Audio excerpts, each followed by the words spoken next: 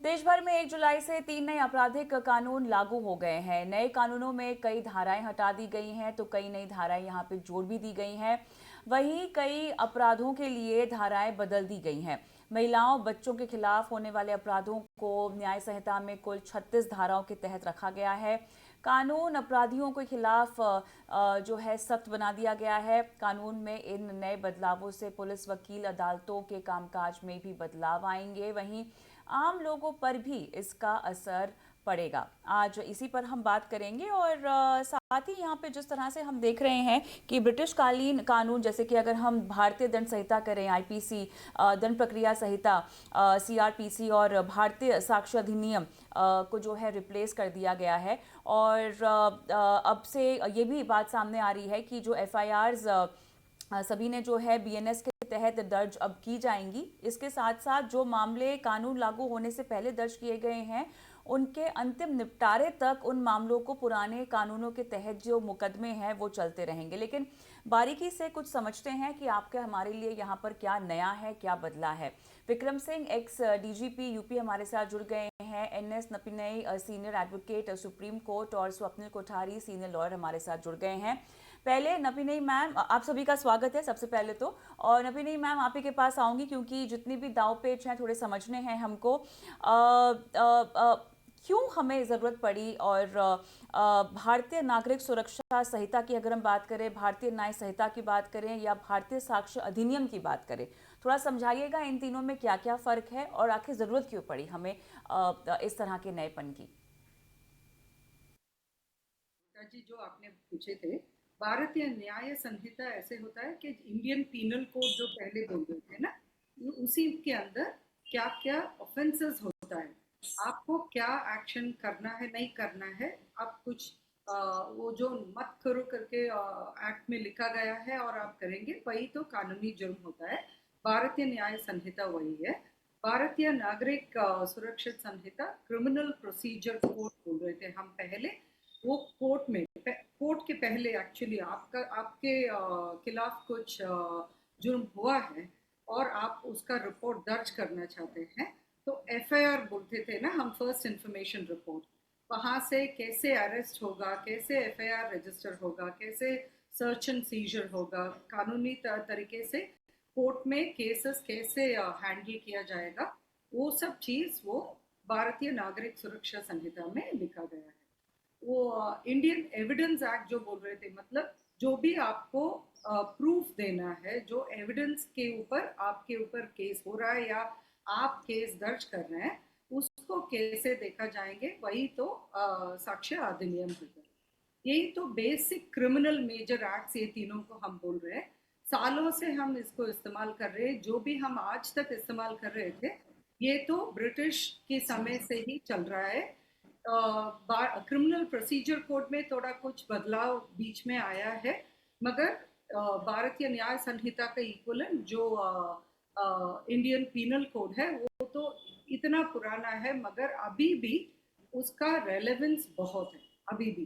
तो आप नया कानून देखेंगे तो ज़्यादातर जो पुराने कानूनों में थे वो भी ऐड किया गया है। ऐसे नहीं है पूरा रिप्लेस हो गया और एकदम नया हमको मिले हैं। जो भी पुराने में थे और जो अभी भी रेलेवेंट है, वो ऐड किया गया है। मगर आप देखेंगे तो मैं एक एग्जाम्पल ले रही हूँ, मेरा साइबर लॉस के हिसाब से वही एग्जाम्पल लूंगी। आप इंफॉर्मेशन टेक्नोलॉजी एक्ट को देखेंगे तो वो 2000 का है, हम 2024 में है। आपने तो कई बार सुने सुने होंगे कि अभी 20 साल से ज़्यादा हो गया, अभी ये कानून बहुत पुराना हो गया, इसीलिए हमको एकदम नया चाहिए क्योंकि टेक्नोलॉजी में इतना बदलाव आया है। तो ऐसे ही आप सोच लीजिए, 100 इयर्स से ज़्यादा जो कानून अभी हम लोग तो फॉलो कर चुके हैं, अभी इतने साल में क्या क्या बदलाव आया है। और क्रिमिनल लॉ ऐसे है, हम लोग एक प्रिंसिपल बोलते हैं पर्पसिव इंटरप्रिटेशन। ये तो क्रिमिनल लॉ में, क्रिमिनल जुरिस्प्रूडेंस में एक्सेप्ट नहीं करना चाहिए। क्रिमिनल जुरिस्प्रूडेंस स्पेसिफिक और एक्सप्लिसिट होना चाहिए, सबको पता होना चाहिए क्या करना सही है, क्या करना गलत है। तभी तो हम लोग कानून की इस तरफ रह सकते हैं और क्रॉस नहीं करेंगे। वो क्लैरिटी होना ज़रूरी है। वो क्लैरिटी लेकर आने के लिए, और जो अभी नया जो चीज हुआ है सिर्फ तकनीकी तरफ से नहीं, सभी चीजों में, मतलब तो हर चीज जो हम अभी कर रहे हैं उसमें बहुत बदलाव आया है। ये सब चीजों को साथ लेकर हमको अभी एक नया कानून की जरूरत है। और जो अभी नया आया है ये नहीं बोल सकते इसका जरूरत नहीं था, हम लोग बहुत खुश थे पहले से ही। मेरे जैसे पुराने प्रैक्टिशनर्स को डेफिनेटली मुश्किल पड़ेगी, क्योंकि अभी तो हमको सेक्शन सब इधर बैठ गया है। बिल्कुल। अभी हम लोगों हाँ। को नया सीख को शुरू करना पड़ेगा, उसमें शायद जरूर कुछ मुश्किलें होगा, कोर्ट्स के लिए, पुलिस के लिए, सबके लिए होगा, मगर इसका मतलब ये नहीं कि बदलाव की जरूरत नहीं, ये तो बहुत जरूरी है। चलिए, बदलाव की ज़रूरत है, लेकिन बदलाव जब भी होता है तो वो थोड़ा सा आपको असहज भी करता है। और ऐसे में स्वप्निल, आपसे मैं जानना चाहूँगी, नयापन जिसकी हम बात कर रहे हैं इस बदलाव में, वो कितना आपको दिखाई दे रहा है? बच्चों के लिहाज से, महिलाओं के लिहाज से नया अध्याय जो है वो जोड़ा गया है। थोड़ा सा विस्तार से इस बारे में बताइएगा। कविता जी, पहली बात तो जिसे अंग्रेजी में कहते हैं कि it's an old wine in a new bottle. अच्छा। इस हिसाब से ये तीनों लॉज आए हैं। बदलाव जरूर है, कुछ ठोस बदलाव है इसमें। बेटी बचाओ बेटी पढ़ाओ के तहत वो फिलॉसफी की अगर आप अंतर्गत देखेंगे तो गैंग रेप के लिए 20 साल से लाइफ इम्प्रिजनमेंट किया गया है। फिर दूसरी बात कि जो भी कोई औरत पीड़ित होगी वो EFIR कर सकती है, जीरो FIR कर सकती है। जीरो FIR का प्रावधान लॉ के तहत पहले भी था थ्रू जजमेंट्स, लेकिन अब ये ठोस रूप से बाहर आ गया है, तो ये बहुत हेल्प करता है पीड़ित महिलाओं। दूसरा, मेरे हिसाब से जो बहुत इंपॉर्टेंट चीज है जो हम लोग ने इंटरनेशनल लॉज के हिसाब से लिया है, वो है प्ली बार्गेनिंग। मतलब जो कंपाउंडिंग ऑफ ऑफेंसेस बोलते थे उसको हम प्ली बार्गेनिंग बोलते हैं अभी। मतलब कि भाई अगर मैं आपको थोड़ा हेल्प करता हूँ उसमें, तो मेरी थोड़ी जो सेंटेंसिंग है या फाइन है या जो भी कम कर दो, and all those kind of things. तो वो बहुत इंपॉर्टेंट बात है। यानी इसमें क्या होगा कि आप एक रिहेबिलिटेटिव एस्पेक्ट भी डाल सकते हैं कि भाई क्रिमिनल को सिर्फ क्रिमिनल की तरह नहीं, एक इंसान की तरह भी आप ट्रीट करो उसको। बोलो कि भाई ठीक है, ये क्राइम इतना बड़ा नहीं है, आपने किधर कोई चोरी उचक्का किया है या कुछ ऐसा किया। मैं आर्सन, गैंग रेप, मर्डर की बात नहीं कर रहा हूं, मैं लेसर ऑफेंसेस की बात कर रहा हूं। दूसरा कि ये जो सेडिशन लॉ था 124A पुराने में, वो रिप्लेस किया गया है armed rebellion, at war with the government, वो सब चीजें डाल दी गई है। मतलब उसका एक तरह से डेफिनेशन थोड़ा ब्रॉड बेस किया गया है, जो मेरे हिसाब से बहुत ही अच्छा प्रावधान है। क्योंकि इस देश में आप अपोज करो गवर्नमेंट को, लेकिन अगर नहीं ठीक तरह से करते हो और आप इस देश को नीचा गिराना चाहते हो इस तरह से, तो आपको ये प्रावधान बीच में आएगा आपके, और इसके अंतर्गत कड़क रूप से आपके अगेंस्ट प्रोसीडिंग्स किए जाएंगे, ट्रायल किया जाएगा आपके साथ। दूसरा बहुत इंपॉर्टेंट बात है in absentia trial, in the sense कि अगर अक्यूज प्रेजेंट नहीं है तो उसके एब्सेंस में भी, क्योंकि कई बार जानबूझ के अक्यूज एब्सेंट रहता है, तो फिर वो ट्रायल डिले हो जाता है, तारीख पे तारीख बन जाती है। तो फिर आप 45 दिन का कंक्लूजन की बात कर रहे हो FIR के बाद, या 3 साल में आप सुप्रीम कोर्ट तक जा सकते हो, इस तरह से अमित शाह जी ने बताया था। वो सारा चीज फिर हवा में चला जाता है, उसका कोई मतलब नहीं रहता अगर ये तारीख पे तारीख की जाएगी। तो एडजर्नमेंट्स का जो प्रोसीजर है वो बहुत कम किया गया है, और आई होप कि इसका इम्प्लीमेंटेशन किया जाए, क्योंकि हम वकील लोग बहुत दुरुस्त होते हैं ये सब चीजों में। हमारे दिमाग बहुत अच्छी तरह से चलता है, जहां हमको एडजर्नमेंट चाहिए, जहां हमको ट्रायल नहीं करना है, जहां हमको पुलिस को पीछे धक्का मारना है, अगर कितना भी ईमानदार पुलिस ऑफिसर क्यों ना हो, और ये ना हो, तो हमको पता चलता है कि नहीं भाई ये हमारे अगेंस्ट आज जाने वाला है, तो हम कोई रीजन निकालेंगे। तो ये रीजन के हिसाब से भी उसमें लिमिटेशंस आ जाएंगे। अगर जज बोलेगा कि नहीं भाई ये आज ही खत्म करना है, एब्सेंट है तो कोई बात नहीं, इन एब्सेंस हम लोग ट्रायल करेंगे, आप प्रेजेंट हो, आपका क्लाइंट प्रेजेंट नहीं है, तो फिर भी चलेगा आगे ट्रायल। तो ये स्पीडी जस्टिस जिसको बोलते हैं, अभी ये मानो जो ये पुणे का केस है, पुणे पोर्शे का केस, वो इस तरह से अभी ये प्रावधान लगाए ना लगाए वो तो अलग बात है, क्योंकि वो जुलाई 1 के पहले हुआ था, तो वो पुराने प्रावधान लगाए गए। तो क्या होगा कि एटलीस्ट स्पीडी जस्टिस का जो कॉन्सेप्ट है दिमाग में, वो दिमाग पुलिस लगाएगी, और कोर्ट लगाना ज्यादा इंपॉर्टेंट है, क्योंकि वो सारा सिस्टम कॉम्प्रोमाइज हो चुका है वहां पे, तो कोर्ट को ज्यादा इंपॉर्टेंस देना है ये सारी चीजों से। बिल्कुल, मेरे ख्याल कविता से जी, एक बार और दूसरा जी। एक महत्वपूर्ण थिंग, ये जो मैंने इन एब्सेंशिया की बात कर रहा हूं, ये जो लोग हजारों करोड़ों के स्कैम करके ठग के भाग जाते हैं देश छोड़ के, तो मेरे ख्याल से इस प्रावधान को उस तरफ भी एक्सटेंड करना चाहिए कि वो जब एक्स्ट्रेडिशन होगा, जब आएंगे तब आएंगे, but at least let us continue with the trial, और एटलीस्ट सब्सटैंटिव पार्ट में कविता जी इस चीजों को लाना बहुत जरूरी है। और last but not the least मेरा इंपॉर्टेंट पॉइंट यही रहेगा कि मॉरली जो हम वकील लोग हैं, कुछ केस अगर हम लोग ना ले, तो इस तरह से हम ये 3 प्रावधान जो किए गए, ये 3 जो लॉस किए गए, उसको हम बहुत हेल्प कर सकते हैं। हम अगर वो इस तरह के प्रकार के केसेस ना ले, तो बिकॉज हम लोग ऑफिसर्स ऑफ द कोर्ट है और हमारा ये दायित्व बनता है कि हम कोर्ट को मदद करें कि एक्सपीडिशियस जस्टिस हो, क्योंकि सबसे बड़े प्रॉब्लम जो बीच में आड़े आते हैं वो हम लोग ही है, जो हम लोग की चाहते हैं कि एक्सपीडिशियस जस्टिस ना हो 90% केसेस में। So before we fault the courts कि भाई कोर्ट धीरे से चलता है, ये होता है वो होता है, पहले हम लोग अपनी तरफ से 3 उंगलियां देखें, बाद में एक तरफ किसी और उंगली पॉइंट आउट करें। तो implementation is the key in all these things. आप कितने भी लॉज लाओ कविता, कितने भी लॉ लाओ, कितने भी कड़क नियम लेके आओ, लेकिन उसका implementation is where India fails. तो वहां पे इंडिया को कंसंट्रेट करना पड़ेगा, और खास तौर से वकील को, पुलिस को और बिल्कुल कोर्ट्स को at the end of the day. बिल्कुल। एक बार विक्रम जी को भी चर्चा में शामिल करना ज़रूरी होगा, क्योंकि आपने काफ़ी बुनियादी बातें यहाँ पर कही हैं, और साथ ही जो आपने एंड में कहा कि इम्प्लीमेंट करना जो है वो सबसे ज़्यादा ज़रूरी होता है, और सबसे ज़्यादा मुश्किल भी अक्सर वहीं पर आती है। तो विक्रम जी, आपका क्या व्यू बनता है इस बदलाव पर भी, और जो स्वप्निल जी ने कहा? मैं पूरी तरीके से सहमत हूँ विद्वान अधिवक्तागण के बारे में, और उनके विद्वतापूर्ण वक्तव्य के बाद मेरे लिए कोई बहुत ज्यादा नहीं बचता है।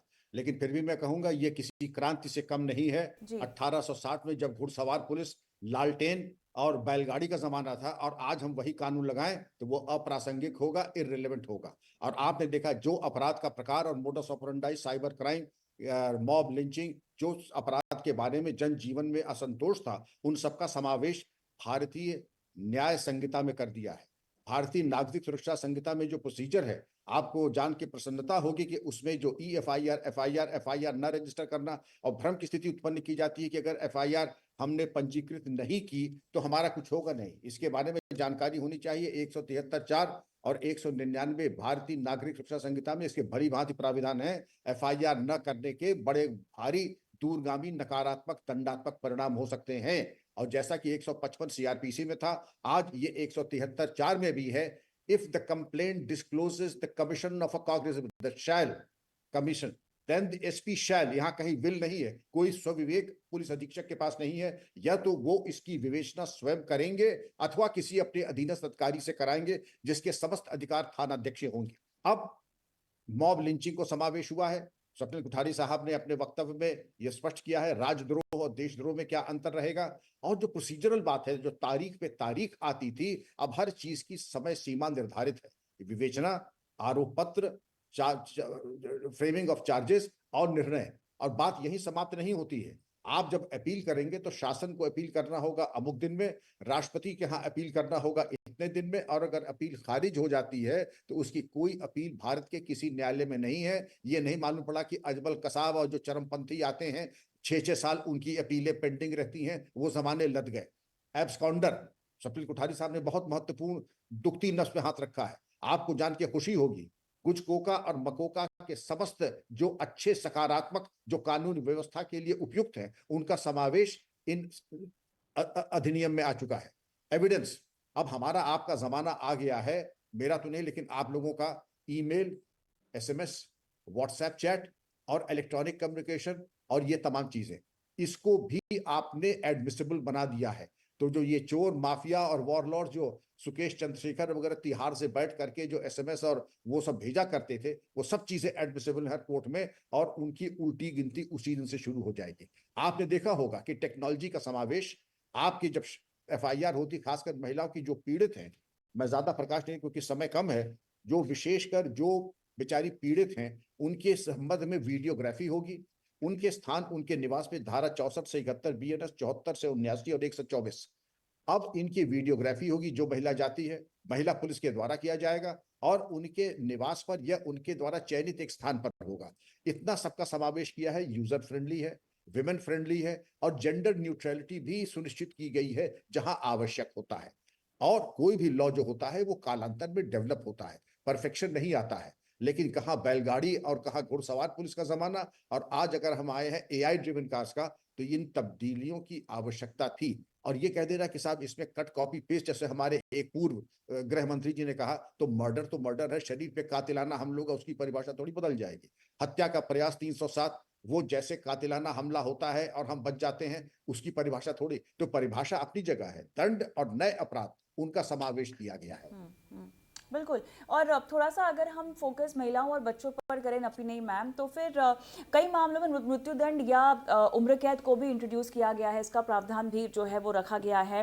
खासतौर से बच्चों को यहाँ पर खरीदना, बेचना, दुष्कर्म करना महिलाओं के साथ, इस तरह के जो जघन्य अपराध हैं, शादी का झूठा वादा करना, इतना ही नहीं भीड़ द्वारा पीट कर यहाँ पर हत्या कर देना, इस तरह के मामले भी हैं जहां पर उम्र कैद और मृत्युदंड के प्रावधान को भी शामिल किया गया है। कुछ बताइए इस बारे में नपिनी मैम। जो भी आपने बताए थे कि प्रोविजंस है महिलाओं और बच्चे के ऊपर जुर्म करने का, वो तो पहले इंडियन पीनल कोड में भी थे सब्सटैंशियली, क्योंकि जो शुरुआत में था उसमें अमेंडमेंट्स के हिसाब से बहुत ज़्यादा ऐड हुए थे। मगर अभी आप देखेंगे तो भारतीय न्याय संहिता के हिसाब से आपको तो क्लैरिटी मिलता है, क्या क्लियरली क्या जुर्म होता है और क्या कर सकते हैं, क्या नहीं कर सकते। आप बहुत पुराना एक सुप्रीम कोर्ट का जजमेंट है करतार सिंह करके, उसमें एक बहुत ही इम्पोर्टेंट चीज बताया गया है। कानून ऐसे होना चाहिए जो एक नॉर्मल आदमी को पता होगा क्या सही क्या गलत। वो पता नहीं होगा तो एक नॉर्मल मतलब रीजनेबल मैन कैसे उनको अपने आप को रोकेगा गलत करने से, राइट। तो करतार सिंह में यही लिखा गया था, जब भी क्रिमिनल लॉज बन रहा है वो तो क्लियर होना चाहिए। मेरे हिसाब से भारतीय न्याय संहिता में वो क्लैरिटी आया है। जो क्लैरिटी देकर ऐड किए हैं उसमें तो हम लोग शायद सहमत होंगे, शायद सहमत नहीं होंगे, मगर वो तो अपने अपने ओपिनियन है। वो क्लैरिटी मगर ऐड डेफिनेटली हुआ है। वो एक तो भारतीय न्याय संहिता में और दूसरा नागरिक सुरक्षा संहिता में भी वो क्लैरिटी आया है। आप देखेंगे तो बहुत ही कानूनी केस लॉज, कानून के हिसाब से केस लॉज आए हैं अभी, जिसके तरफ से हम लोगों को क्लैरिटी मिलता है। आप जब एफआईआर दर्ज करने के लिए जा रहे हैं तब क्या होगा, दर्ज नहीं हो रहा है तो आपका कानून में क्या रेमेडीज है, आप क्या कर सकते हैं, अगले कहाँ जा सकते हैं, ये सब चीज तो लॉस के हिसाब से, केस लॉस के हिसाब से इम्प्रूव हुए, क्लैरिटी इम्प्रूव होते गए थे। अभी तो जब कानून के अंदर ही ये क्लैरिटी मिल गया तो मेरे हिसाब से वो अच्छा है। जब महिलाओं और बच्चों की बात कर रहे हैं हम, दो चीज बहुत इम्पोर्टेंट है। एक तो लॉ कमीशन के सामने एक सवाल पेश गए थे कि 16 to 18 उम्र के बच्चे का जब कंसेंशुअल रिलेशनशिप्स होता है, उनके हिसाब से वो कानूनी जुर्म बनना चाहिए या नहीं। आप पहले आईपीसी में जब अमेंडमेंट्स आकर आए थे, आप देखेंगे तो शुरू में वो लोग तो 15 के ऊपर ऐसे है, कंसेंशुअल है तो शायद उसको 16 के ऊपर शायद उसको कानूनी जुर्म नहीं माना चाहिए करके एक एडिशन आए थे। फिर वो एक सुप्रीम कोर्ट का इंडिपेंडेंट जजमेंट है, उसमें उन्होंने लिखा था जो गलत है वो गलत है। तो 16 to 18 का भी कंसेंशुअल हो या नहीं हो वो भी रेप ही होगा।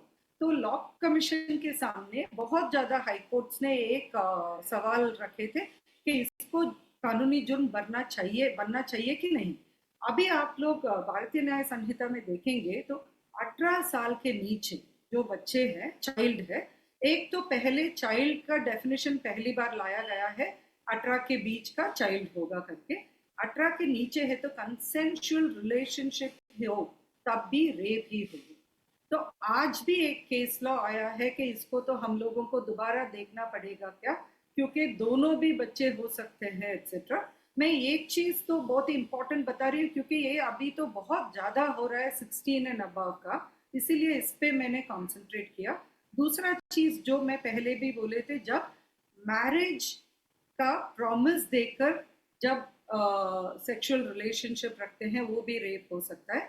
वो तो पहले केस लॉस के हिसाब से डेवलप हुए थे, मगर अभी तो कानून के अंदर ही बहुत ही क्लियरली ऐड किया गया। आप लोगों में से कितना केसेस आप देखे होंगे जब कोई महिलाओं के ऊपर अटैक्स के हिसाब से जब वो लोग कंप्लेंट दे रहे हैं, फिर एफआईआर दर्ज नहीं हो रहा है और उस पुलिस के ऊपर केस रजिस्टर हुआ।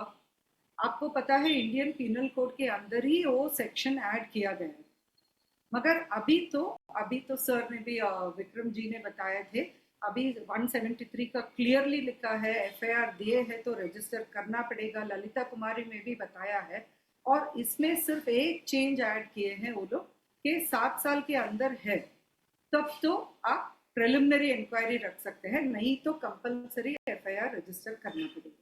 तो अभी जब आप नया लॉस को इम्प्लीमेंट करने के लिए जा रहे हैं, मेरा बहुत ही इम्पोर्टेंट विनती यही होगा कि जैसे ये सब सेक्शंस जो महिलाओं को या बच्चे को मदद करने के लिए दिए गए हैं, जैसे आप तो रेप का केस रजिस्टर नहीं किए तो वो भी एक कानूनी जुर्म होगा।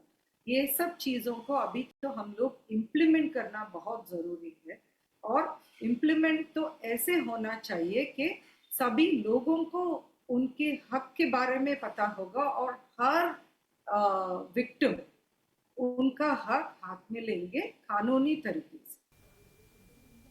चलिए, तो मेरे ख्याल से काफ़ी कुछ यहाँ पर स्वप्निल सर, क्योंकि देखिए जब बदलाव हम कर रहे होते हैं तो लोगों में जागरूकता की कमी होती है। हम तो जो पुराना आईपीसी अगर मैं कह सकती हूँ जो था, उसको लेके भी जागरूकता है, तमाम धाराओं को लेके बहुत कम है। लेकिन देखिए समाज बदल रहा है, लोगों की मानसिकता बदल रही है और ऐसे में अपराध भी बदल रहे हैं, और वो तमाम बदलावों को ध्यान में रखते हुए जितनी बातें हो सकती हैं वो तमाम बातों को जो है इन नई धाराओं में शामिल करने की कोशिश की गई है।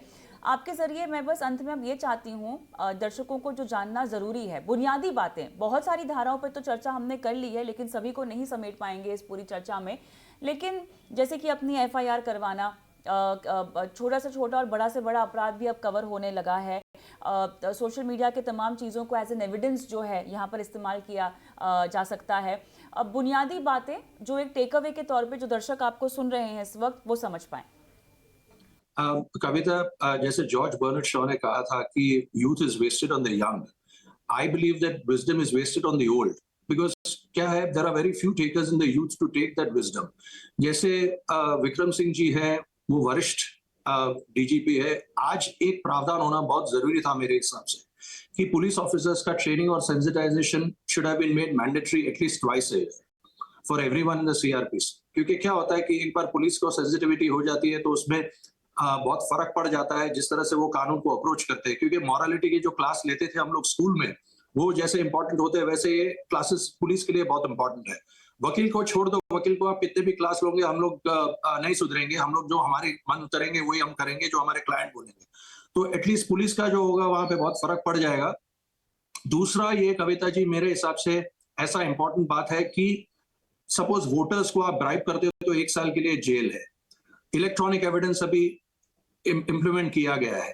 मेरे हिसाब से आप जितना इम्प्लीमेंटेशन दूसरे लॉज में भी करोगे जो इर्द गिर्द ये 3 के चलते हैं, जब तक वहां पे अगर चेंजेस नहीं आएंगे तो cohesive coordination between the laws is very important. क्योंकि मैं ये 3 नई धारा लूं, ये 3 न्यू लॉज के, और फिर पुराने को मैच करूं तो वो मिसमैच हो जाएगा। कहीं पर वकील बोलेंगे कि यहाँ पे ऐसा है, वहां पे ऐसा है, ऐसा वैसा। तो इंटरप्रिटेशन जो होता है हर एक चीजों का, interpretation of statutes is a very important aspect when you argue cases. जब आप केसेस आर्ग्यू करते हो, तो मैं ज्यादा से ज्यादा सिंप्लीफाई कर रहा हूं आपके दर्शकों के लिए कि ये बहुत इंपॉर्टेंट है, ये चेंजेस भी लाना। क्योंकि अभी देखिए, आप अगर बोलेंगे कि 2013 में, मुझे I don't remember the exact year, but outraging the modesty of the women, ये सारे लॉज लाए गए, उसके बाद क्या कम हुए हैं? आउटरेजिंग द मॉडेस्टी नहीं, ज्यादा हुए हैं मेरे हिसाब से। तो लॉज को लाने का बहुत अच्छा पॉइंट है, लेकिन उसको इंप्लीमेंट करना, उसके पीछे जाना, उसके पीछे पढ़ना, उसके पीछे मीडिया को पढ़ा। आज मीडिया इतना एम्फेसिस दे रही है, जब जाके पुणे के केस को तब जाके कुछ हुआ, नहीं तो कुछ नहीं होता। और देखो अभी ये मीडिया के बाहर है तो देखो अभी क्या हो रहा है वहां पे, वो किसी को पता नहीं। तो मेरे हिसाब से ये सारी चीजें तब जागरूक होगी। जागरूकता एक बात है, और दूसरा कि जस्टिस आना, because an injustice anywhere is a threat to justice everywhere. तो ऐसा बात है जो मार्टिन ल्यूथर किंग ने कहा था कि कहीं पर भी इनजस्टिस होगी तो ये प्रॉब्लम होगा। तो मेरे हिसाब से कविता कि ये बहुत इंपॉर्टेंट है, implementation, coordination between laws, sensitisation of the police ये बहुत ही इंपॉर्टेंट बात है। ये अगर अमेंडमेंट के हिसाब से सीआरपीसी में आ जाता है तो इससे बहुत फर्क पड़ेगा। आप मैंडेटरी करो, जैसे जिस तरह से 4 मीटिंग आप कॉर्पोरेट लॉज में मैंडेट करते हो, बोर्ड मीटिंग होनी चाहिए 4 मिनिमम, और एक वुमेन डायरेक्टर होना चाहिए या होनी चाहिए। ये इस तरह बहुत फर्क पड़ा है कि जेंडर न्यूट्रलिटी आई है बाहर। अदरवाइज ये खाली एक पाइप ड्रीम रहेगा, एक पेपर प्रॉमिस रहेगा। तो इसलिए मैं बोल रहा हूं कि जब तक इंप्लीमेंटेशन नहीं होता है कविता जी, मेरे हिसाब से ये सारी चीजें जो बहुत ठोस है, बहुत इंपॉर्टेंट की गई है, that you got align the laws in terms with modernity, कि मॉडर्न हिसाब से क्या क्या चीजें चलती है। जैसे विक्रम सिंह जी ने कहा कि बैलगाड़ी का जमाना गया और अब ये एआई टेक्नोलॉजी है, ये सारी चीजें, लेकिन इंप्लीमेंटेशन बहुत इंपॉर्टेंट है। जब तक यहाँ पे एआई नहीं आता है, यहाँ पे एक मॉरलिटी नहीं आती है, एक सेंस ऑफ इंटेग्रिटी नहीं आती है, तब तक ये सारी चीजें सिर्फ हम लोग डिबेट करते रहेंगे। और जो एक्चुअल जो लोग, जब पीड़ित लोग हैं, वो जस्टिस कब पाते हैं वो इंपॉर्टेंट है। जब वो जस्टिस पाएगा मेरे लिए या पाएगी 2 साल में, तब मेरे लिए ये बहुत बड़ी विक्ट्री होगी। चलिए, मेरे ख्याल से आप ही नहीं, हम सब सहमत हैं और इसी तरह के भारत की हम सब भी आशा करते हैं। लेकिन इस चर्चा में समय मेरे पास समाप्त हो चुका है। बहुत बहुत धन्यवाद आप सभी का, इस खास पेशकश में आप जुड़े, दर्शकों का मार्गदर्शन किया। मुझे भी इजाज़त दें, नमस्कार।